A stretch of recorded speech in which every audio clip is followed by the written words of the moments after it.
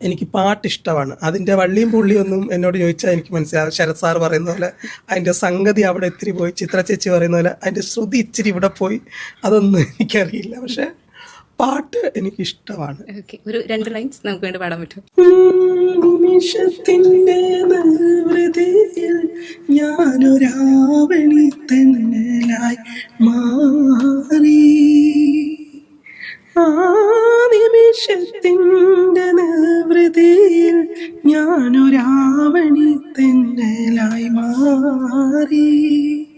1000 രാത്രികൾ തങ്കന്തം ആത്മതളത്തിൽ പൊലിഞ്ഞു,